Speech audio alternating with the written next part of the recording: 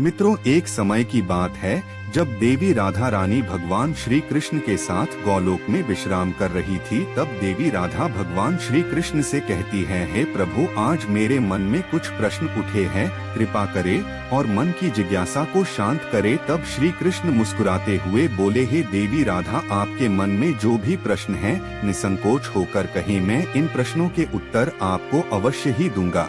नमस्कार दोस्तों, आप देख रहे हैं धर्म विचार यूट्यूब चैनल और आप श्री श्री कृष्ण के भक्त हैं तो कमेंट में जय श्री कृष्णा जरूर लिखना। मित्रों, तब राधा रानी कहती है, हे प्रभु, मेरे प्रश्न ये है कि किस श्राप के कारण महिलाओं को गर्भवती होना पड़ा तथा केवल नारी जाति को ही गर्भवती क्यों होना पड़ता है।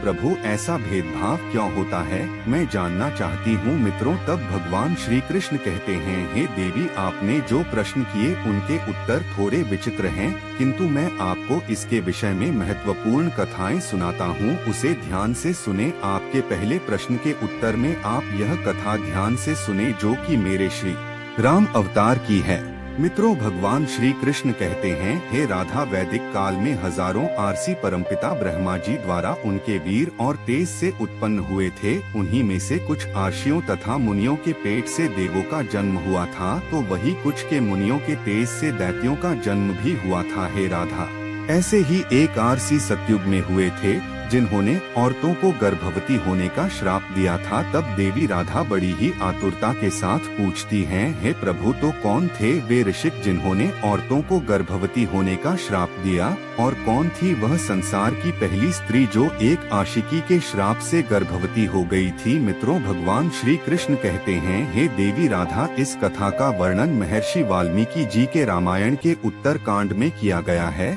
जहाँ प्रभु श्री राम को महर्षि अगस्त्य इस कहानी को सुनाते हैं। हे राधा, ये सतयुग काल की बात है जब परमपिता भगवान ब्रह्मा जी के मानस पुत्र और पुलस्त्य सुमेरु पर्वत के उच्च बिंदु पर स्थित आश्रम में घोर तपस्या कर रहे थे।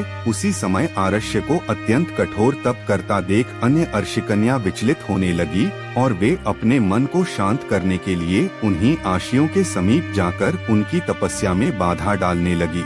तभी आरसी पुलिस त्यागी ने क्रोध में आकर वहां उपस्थित सभी कन्याओं को श्राप दे दिया कि अब जो भी उनके सामने स्त्री आएगी उनकी नजर पड़ते ही वह कन्या गर्भवती हो जाएगी। मित्रों, भगवान श्री कृष्ण कहते हैं, हे देवी राधा, आरसी पुलस्त्य जी की बात सुनकर वहां मौजूद सभी स्त्रियां डरकर वहां से भाग गयी। लेकिन आरसी बिंदु की कन्या को आरसी पुलसे के श्राप के बारे में कुछ भी जानकारी नहीं थी, इसलिए एक दिन वह अपनी एक सहेलियों को ढूंढते हुए अनजान वश आरसी पुलसे जी के सामने जा पहुंची। आरसी जी उस समय वेदों का पाठ कर रहे थे। आरसी पुलसे जी ने जैसे ही नजर उठाकर कन्या को देखा, उनके श्राप का असर उस कन्या पर प्रभावित होने लगा। तत्काल ही उसका शरीर पीला पड़ गया और वह गर्भवती हो गई। अपने शरीर में इस तरह का परिवर्तन देखकर आशिक कन्या घबरा कर अपने पिता के पास पहुंच गई। मित्रों, भगवान श्री कृष्ण कहते हैं, हे देवी राधा, अपनी कन्या की ऐसी हालत देखकर आर्षि आन बिंदु को बड़ा ही दुख हुआ और तभी उन्होंने अपने ध्यान की शक्ति से सारी घटित घटना का अनुमान लगा लिया, जिसके बाद वे अपनी कन्या को लेकर आरसी पुलस्त्य के पास गए और कहा, हे मुनीश्वर, आपको हमारा नमस्कार है। मेरी पुत्री अनजाने में आपके पास आई थी, किंतु आपके शाप के कारण आज वह संसार की पहली स्त्री है जो गर्भवती हुई है। मेरा आपसे निवेदन है कि आप इसे भिक्षा के रूप में ग्रहण करें। ये सर्वगुणों से संपन्न है और अनजाने में ही आपके शाप की अभागी है, तो यह सदा आपकी ही सेवा भी करेगा। मित्रों, भगवान श्री कृष्ण कहते हैं, हे देवी राधा, अर्षि रण बिंदु जी की आदर पूर्वक विनती और निष्पाप बिंदुसरा को मिले शाप से आरसी पुलस्त्य भी बहुत दुखी हुए और उन्होंने आरसी रण बिंदु को प्रणाम किया और उनकी पुत्री बिंदुसरा को ग्रहण करने का आश्वासन भी दिया। फिर उसके बाद पुलस्त्य ने उसे कन्या को स्वीकार कर लिया। मित्रों, जिसके बाद वह कन्या आरक्षी पुलस्त्य के साथ रहने लगी और उनकी दिन रात सेवा करने लगी।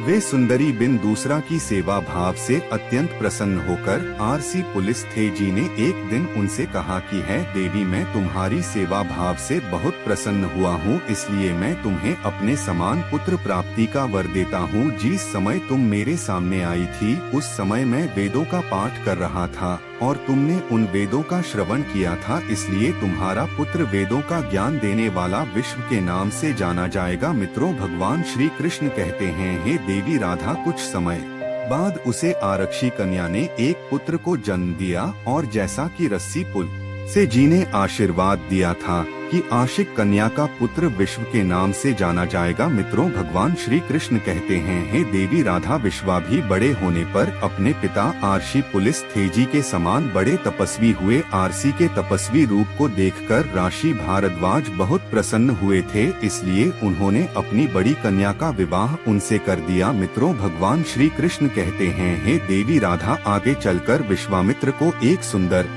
बलवान, गुणवान एक पुत्र प्राप्त हुआ, जिसका नाम श्रवण रखा गया।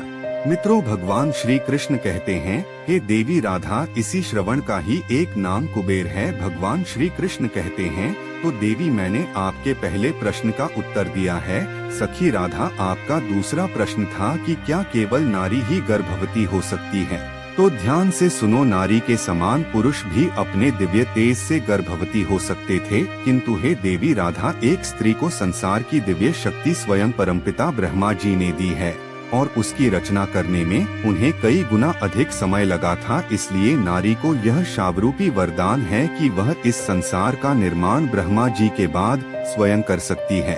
तो दोस्तों, उम्मीद है आपको यह कथा पसंद आई होगी।